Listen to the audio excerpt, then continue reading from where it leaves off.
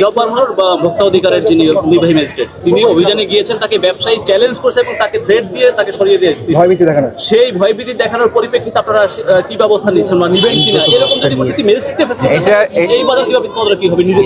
মামলা রুজু করা হয়েছে, আইনগত ব্যবস্থা নেওয়া হয়েছে এবং আইন তার নিজস্ব গতিতে চলবে ইনশাআল্লাহ। সেই 120 টাকা থেকে আজকে লেবুর দাম তার ভ্যারাইটি অনুযায়ী 50 থেকে 60-70 টাকায় চলে এসেছে। আমরা তো আপনাদের সামনেই বাজার দেখলাম। তো এটা ঠিক যে পণ্যের যথেষ্ট সরবরাহ থাকা সত্ত্বেও ক্ষেত্র বিশেষে অনেক অসাধু লোকজন এটা সুযোগ নেওয়ার চেষ্টা করে, শূন্যতার সুযোগ নেওয়ার চেষ্টা করে। আপনার আমার সম্মিলিত প্রচেষ্টাই আমরা নিয়ন্ত্রণের চেষ্টা করব। আর ভাই, আপনি তো নিজেই বলেছেন যে আমরা 4-5 দিন আগে এসেছি। আপনি যে শব্দটা উচ্চারণ করলেন,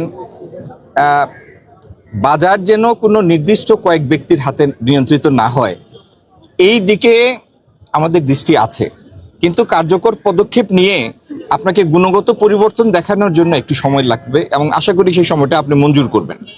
আর আরেকটা বিষয় হচ্ছে, বাণিজ্য মন্ত্রণালয়ের কর্মী হিসাবে আমাদের কাজ হচ্ছে আমদানি পণ্যের বাজারটাকে স্থিতিশীল রাখা। যে পণ্যগুলি আমরা এনে মার্কেট সাপোর্ট করি ব্যালেন্স করার জন্য, টিসিবির মাধ্যমে যে সমস্ত পণ্য আমদানি করি, সেগুলি যথেষ্ট স্থিতিশীল আছে এবং আমি আপনাকে বলতে পারবো কোনো পণ্যের মূল্য গত বছরের মূল্যের সাথে প্রায় 15-20 টাকা কম আছে। এটি তো আমার মুখের কথা না, স্ট্যাটিস্টিক্স স্পিক্স ফর ইটসেলফ। তো আমরা আপনার আমার সবার সহযোগিতা ইনশাআল্লাহ আমাদের অভিষ্ট লক্ষ্যটি আমরা অর্জন করব। ধন্যবাদ সবাইকে। মাননীয় মন্ত্রী, আপনার কাছে একটু প্রশ্ন। আসলে আপনি যেটি বললেন যে ভোক্তা অধিকার, দেখা যায় যে ভোক্তা অধিকার 2টি দোকান বন্ধ, মানে অভিযান পরিচালনা করার পরে মার্কেটটি পিছন দিয়ে বন্ধ হয়ে যায়। আসলে এই যে বন্ধ হয়ে যায়, দোকানগুলো বন্ধ রাখে, তাদের করণীয় কি? আসলে কিন্তু ভোক্তার অধিকার যখন পরিচালিত হয় তখন সাথে সাথে তো বন্ধ হয়ে যায়। জব্বার মোড় বা ভোক্তা অধিকারের যিনি নির্বাহী ম্যাজিস্ট্রেট, তিনি অভিযানে গিয়েছেন, তাকে ব্যবসায়ী চ্যালেঞ্জ করছে এবং তাকে থ্রেট দিয়ে তাকে সরিয়ে দিয়ে ভয়ভীতি দেখানো। সেই ভয়ভীতি দেখানোর পরিপ্রেক্ষিতে আপনারা কি ব্যবস্থা নিচ্ছেন বা নিবেন কিনা, এরকম যদি পরিস্থিতি ম্যাজিস্ট্রেটকে ফেস করতে হয়, এই বাজার কিভাবে কি হবে? এটার কারণে আমরা আইনগত ব্যবস্থা নিয়েছি, ইতিমধ্যে একটা মামলা রুজু করা হয়েছে এবং আইন তার নিজস্ব গতি অনুসরণ করবে। সারা বাংলাদেশ ছোট জায়গা না, এটা অনেক বৃহৎ জায়গা। আপনি একটা বাজার তদারকি করবেন, এইভাবে ভোক্তা অধিকার কত সংখ্যক আছে এবং এই বাজার নিয়ন্ত্রণ করতে কি পরিমাণ সক্ষমতা দরকার, সেটা আপনারা নিবেন কিনা আগামীতে? শুনেন, ভোক্তা অধিকারের 10টা টিম শুধু ঢাকা শহরে কাজ করছে, মন্ত্রণালয়ের 3টা টিম কাজ করছে। এটি তো এই কাজগুলি কি, আপনি যখন কোনো একটা সিলেক্ট করেন বা স্যাম্পল ড্র করেন, সেটা র্যান্ডম বেসিসে করেন।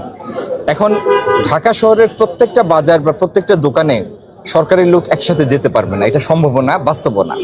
এবং বাজার মনিটরিং এর উদ্দেশ্যটা হচ্ছে এই তথ্য বা এই অনুভূতি বা এই চেতনার যেন সাধারণ বিক্রেতাদের মধ্যে কাজ করে যে আমাকে নজরদারির মধ্যে রাখা হচ্ছে, আমি যদি কোনো অন্যায় করি বা ব্যত্যয় ঘটাই, এটা কোনো না কোনোভাবে আইন শৃঙ্খলা প্রয়োগকারী সংস্থা বা সরকারের দায়িত্বপ্রাপ্ত এজেন্সি এটা জানবে। এটাই হচ্ছে বাজার মনিটরিং এর কাজ। আমরা আমাদের কাজ চালিয়ে যাব। যদি আমাদের কোথাও কমতি থাকে, আপনাদের পরামর্শক্রমে সেটা আরো বেগবান করব। দোকান বন্ধের বিষয়টা যদি একটু বলতেন। দোকান বন্ধের বিষয়টা ভাই আমার কাছে ঠিক পরিষ্কার না। কোনটা যে আসলে ভোক্তা যখন অভিযান আমি বলবো, আচ্ছা উনি তো বন্ধ কখন রাখে? যখন আপনার অভিযান পরিচালনা করে, তো পরের দিন আবার যখন যাবে আবার বন্ধ করবে, নাকি সে নিজের কারেকশন করবে? আমাদের কাজের উদ্দেশ্য এটাই। এভাবে করলে তো তারা কাজ করতে পারবে না।